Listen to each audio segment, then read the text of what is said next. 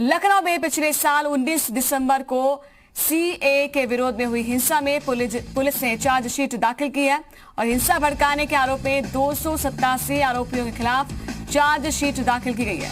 जिनमें 18 आरोपियों पर रासुका लगाने की तैयारी है। पुलिस के मुताबिक हिंसक प्रदर्शन करने वाले 295 आरोपियों को गिरफ्तार कर जेल भेज दिया गया और वहीं पर 68 आरोपियों के खिलाफ गैंगस्टर एक्ट के तहत भी कार्रवाई हुई है। बाकी बचे 43 आरोपियों की गिरफ्तारी के लिए पुलिस की टीम लगातार छापेमारी कर रही है।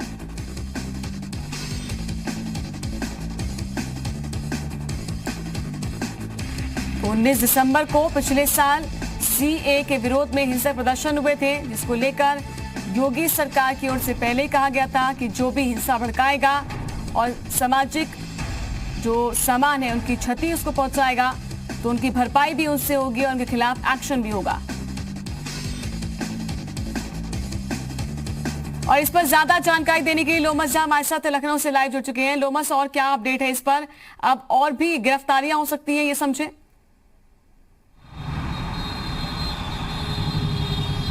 बिल्कुल, आपने सही कहा। जिस तरीके से लगातार, क्योंकि उत्तर प्रदेश सरकार ने साफ कर दिया था जब हिंसा हुई थी, आपको याद होगा 2019 में जब जिस तरीके से हिंसा हुई थी, पूरा लखनऊ जल रहा था हिंसा की आग में। कहीं ना कहीं उत्तर प्रदेश के मुख्यमंत्री योगी आदित्यनाथ ने साफ कर दिया था कि जो भी हिंसा में शामिल होंगे, जिनके द्वारा ये बवाल पूरा काटा गया है, उनके ऊपर सख्त से सख्त कार्रवाई होगी, रासुका लगाया जाएगा और जो भी सरकारी सामान हो या फिर दूसरे सामान की हानि उन्होंने की है, उनकी वसूली भी उनके द्वारा की जाएगी। तो कहीं ना कहीं आप देख सकते हैं योगी सरकार का पूरी तरीके से जो मकसद है वो साफ है कि अगर किसी के द्वारा भी इस तरह का बवाल किया जाएगा, इस तरह की घटना को अंजाम दिया जाएगा, तो उन्हीं के संपत्ति से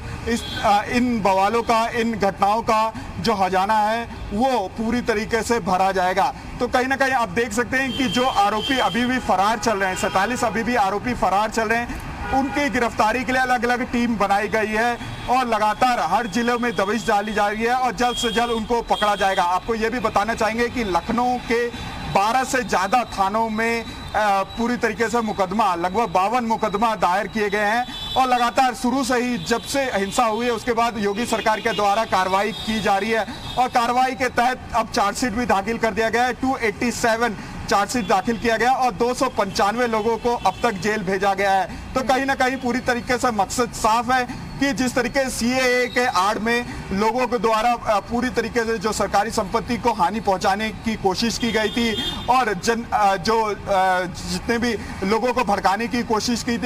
गई थी और उत्तर प्रदेश का पूरी तरीके से माहौल खराब करने का कोशिश किया गया था, उनके खिलाफ यहाँ पे सख्त कार्रवाई करते हुए सरकार के द्वारा दिख रही। और देखा जाए लोमस, तो पहले ही कहा गया था सरकार की ओर से जो भी नुकसान पहुंचाएगा, जो भी हिंसा करेगा, सामाजिक सामान का जो है नुकसान पहुंचाएगा, सार्वजनिक सामान का, तो भी भरपाई उनसे होगी और एक्शन जो है वो कड़ा होगा, गैंगस्टर एक्ट के तहत कार्रवाई होगी। वो हुआ भी, आगे भी यही तैयारी के मूड में दिखाई दे रही है सरकार, इससे साफ है।